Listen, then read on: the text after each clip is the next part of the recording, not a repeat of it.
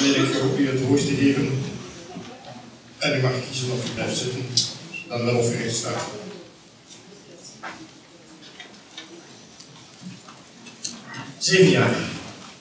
Zeven jaar hebben we daarop gewacht. U weet niet dat u opspraakt. En daarmee vertoon meteen iets aan het Ja. Oké.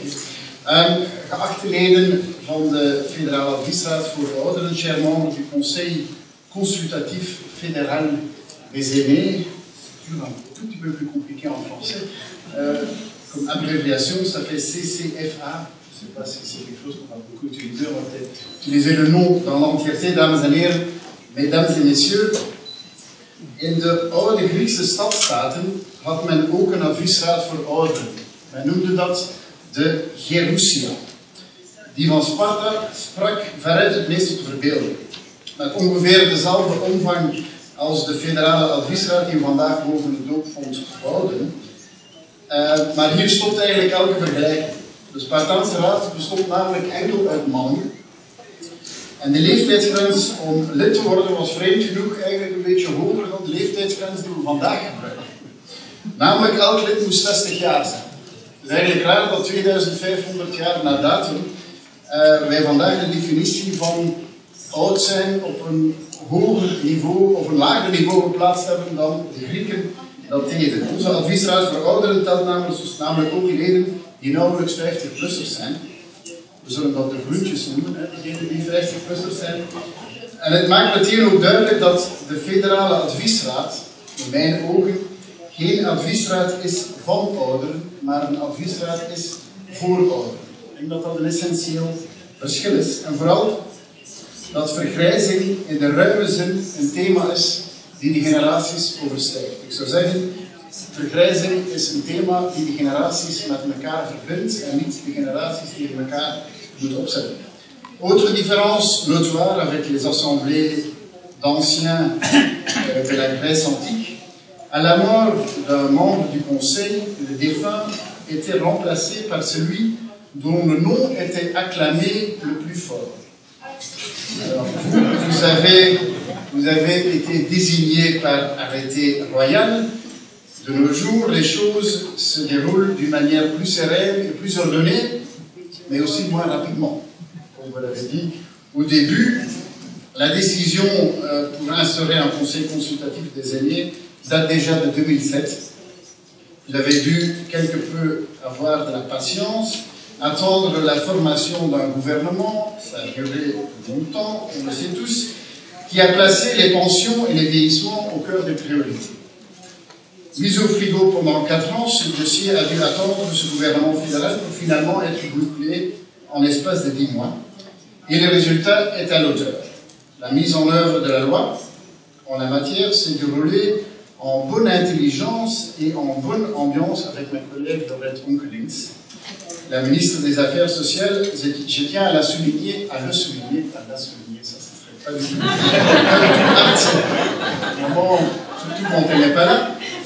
Je veux quand même accentuer que, en fait, collègue Laurette et moi, nous sommes plus souvent alignés que nous sommes opposés. Je pense que beaucoup pensent que nous sommes constamment opposés l'un contre l'autre. Mais ce n'est pas du tout le cas, et en tout cas dans ce dossier-ci, on a très bien travaillé ensemble. Et ça montre que dans les petits dossiers aussi, peut-être moins médiatiques, ce gouvernement fédéral sait faire preuve d'efficacité et de cohésion. Het is dus degelijk de bedoeling dat dit nieuwe adviescomité breder gaat dan het intussen gestopte raadgevend comité voor de pensioensector. Net zoals de Spartaanse Gerousia is jullie rol het geven van advies. U weet dat in het panelgesprek daar juist het woord advies op een nogal genuanceerde manier geïnterpreteerd is. Maar ik zou zeggen, ik verwacht zeer veel van dat advies en het is zeker niet de bedoeling het advies zomaar naast me neer te leggen. Jullie werkgebied is het federale beleid dat ouderen aanbelangt en dat in de meest brede zin. Gezien de grootorde van de vergrijzing ligt er heel wat werk op de plank. De Federale Adviesraad zal zich dan ook goed moeten organiseren, het is in ieder geval mijn hoop en die van de ganse regering, dat jullie daarbij jullie niet enkel laten leiden door een puur defensieve strategie. Een strategie die alleen maar zou focussen op het behoud van verworven rechten en de verdediging van de mensen die vandaag 65-plussers zijn. Het is mijn overtuiging dat ook intergenerationele solidariteit een plaats moet krijgen in jullie adviesverlening. De jongeren van vandaag zijn de ouderen van overmorgen. Heb dus ook oog en oor voor de situatie van deze ouderen van de toekomst. Op lange termijn nadenken over ouderen, over vergrijzing, betekent dat we ook rekening houden met de generaties die na ons komen. En tant que ministre des Pensions, j'ai surtout hâte de connaître votre vision à long terme de notre système belge des pensions. Et plus précisément, votre point de vue quant aux deux défis majeurs qui nous attendent. Premièrement, la viabilité sociale de notre régime des pensions et deuxièmement, sa viabilité financière. En we eerst even stilstaan bij de uitdaging van de sociale houdbaarheid van ons pensioensysteem. Een van de kernvragen daar is, hoe houden we gepensioneerden uit de armoede? Over het algemeen werd er veel vooruitgang geboekt in de armoedebestrijding bij ouderen. Al blijft er nog een zeer lange weg te gaan. Voor de crisis liepen in ons land 23% van de 65-plussers risico op armoede. Vandaag geven diezelfde Europese cijfers een lichte daling aan van 20%. Op 20%, en laat dat duidelijk zijn, is nog steeds veel te veel. Dat 1 op 5 van de gepensioneerden het risico heeft om in armoede te belanden, is een cijfer dat veel te hoog is in ons land. En zeker een aantal bijzondere groepen blijven bijzonder kwetsbaar. Ik denk aan vrouwen. Ze hebben vaak een kortere loopbaan omdat ze op belangrijke momenten in hun leven ervoor kozen om meer tijd te maken voor het gezin, voor de opvoeding van hun kinderen bijvoorbeeld. Vaak niet wetende dat aan het einde van de rit dit ook wel eens betekent dat ze een lager pensioen daaraan overhouden. Maar ook alleenstaande ouderen en gepensioneerden zonder eigen woonstel zijn zeer kwetsbaar. Toutefois, une pension doit bien sûr faire plus que seulement tenir les gens à l'abri de la précarité. Le deuxième défi social est de veiller à ce que les seniors puissent conserver leur qualité de vie. La génération actuelle des baby-boomers est la plus riche de notre histoire nationale.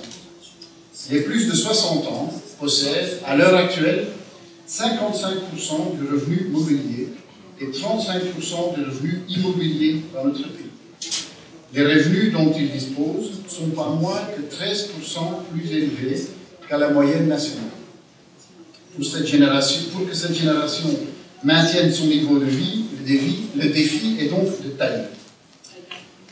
Pour ce faire à l'avenir, ce gouvernement a la conviction que nous devons pleinement valoriser tous les atouts de notre régime de retraite.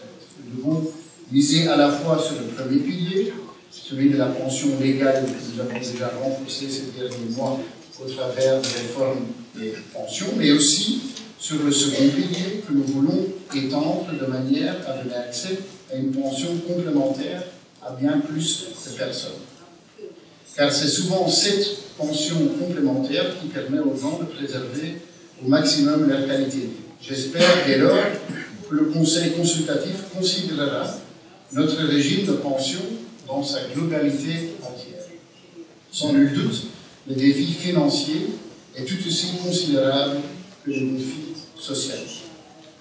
Als we kijken naar de afhankelijkheidsratio, en de afhankelijkheidsratio bepaalt eigenlijk van hoeveel mensen een gepensioneerde in feite afhankelijk is, dan zien we dat daar een enorme evolutie is. In 1950 zien we dat er voor elke persoon boven de 65 jaar 7 personen waren tussen de 15 en de 65. Als we vandaag kijken, dan is dat cijfer niet meer 7, maar dan is dat 3,8. Voor elke persoon boven de 65 zijn er maar 3,8 personen meer die tussen de 15 en de 65 zijn. En in 2050 zal dat cijfer verder gedaald zijn van 7 naar 3,8 naar uiteindelijk 2,2. Maar de scherp dalende afhankelijkheidsratio is niet het enige fenomeen waarmee we moeten omgaan. De stijgende levensverwachting doet nog een schep bovenop deze uitdaging. Volgens de demografische vooruitzichten van het Planbureau blijkt dat de gemiddelde leeftijd van de Belgische bevolking elk decennium met 1 jaar toeneemt. In 1970 bedroeg de gemiddelde levensverwachting 68 en was de gemiddelde pensioenleeftijd 64. In 2012 is de levensverwachting gestegen naar 80 en is de gemiddelde pensioenleeftijd van 64 naar 59 gedaald. elk kind kan zien dat deze spreidstand op termijn niet houdbaar is. Als men kijkt naar de levensverwachting, bijvoorbeeld in de Scandinavische landen, dan is de levensverwachting voor een meisje die nu geboren wordt in Zweden, is de levensverwachting bijna 100 jaar oud. Dus de evolutie die we kennen is een enorme evolutie, het is een goede evolutie. We leven veel langer, we leven ook veel langer gezond. Maar dat wil ook zeggen dat we langer actief zullen moeten. En dat betekent dat we de komende jaren meer zullen moeten betalen met minder. Dat kan alleen als we bereid zijn om langer te werken en ook te zorgen voor een hogere werkzaamheidsgraad voor meer mensen aan het werk. Dat betekent dat we de volgende jaren zullen moeten nadenken over een aantal vragen. Zijn onze vervroegde uittredingssystemen nog houdbaar? Is de invoering van een bonus-malus systeem nodig? Is een hervorming van de wettelijke pensioenleeftijd noodzakelijk? En zoals Europa het vraagt en sommige Europese landen dat ook doen, moeten wij in ons land een link leggen tussen het pensioenstelsel en de levensverwachting. En als we langer zullen werken, op welke manier gaan we dat organiseren? Op welke manier zorgen we ervoor dat het fysiek en mentaal mogelijk is om te werken tot de leeftijd van 65 en misschien voorbij de leeftijd van 65. Het zijn allemaal vraagstukken, allemaal vragen die ik gesteld heb, waarvan ik hoop dat de adviesraad in alle openheid en met aandacht voor alle generaties zal over nadenken en advies zal kunnen verlenen. L'accord gouvernemental annonce aussi 10 chantiers à mettre en œuvre par ce gouvernement et par les suivants. La démocratisation du deuxième pilier, le fait de pouvoir travailler plus longtemps, l'unité de la carrière, l'informatisation des pensions et la réforme du bonus de pension et des pensions de survie. Le gouvernement et le conseil consultatif que nous installons aujourd'hui auront donc indéniablement beaucoup de pain sur la planche. Dames en heren, het is aan mij toe te eindigen waar ik begonnen was, en dat is in Griekenland. In tegenstelling tot wat men vaak denkt, is het niet zo dat in het antieke Griekenland de ouderen met alle respect werden behandeld. Integendeel, in de Griekse cultuur had men een voorkeur voor het jonge en voor het viriele. Politieke en economische macht was eigenlijk vooral geconcentreerd tussen de leeftijd van 30 en 50 jaar. Bijvoorbeeld in Athene, wie ouder was dan 60, had bijna geen toegang meer tot de publieke ambten. Sparta was daarop de uitzondering. Ouderen kregen er wel het respect dat ze verdienen. Daarover ging toen zelfs een bekend verhaal de ronde. Het is het verhaal van een oude man die tijdens de Olympische Spelen op zoek was naar een plaats om te kunnen toekijken, naar een zitplaats om te kunnen toekijken. Hij werd weggehoond door zowat alle generaties en hij bereikte uiteindelijk de Spartaanse delegatie, waar zowat alle jonge mannen recht stonden om hem een zitplaats aan te nemen. Waarop de oude man dankbaar zuchtte: alle Grieken weten wat goed is, maar enkel de Spartanen handelen ernaar. Laat dit een leidraad zijn voor deze adviesraad. We weten wat goed is voor onze samenleving, maar er ook durven er handelen. Ik wens u alle succes toe en ik kijk uit naar een goede samenwerking. Je vous souhaite un vif succès et je me réjouis d'ores et déjà de notre collaboration. Je vous remercie de votre attention.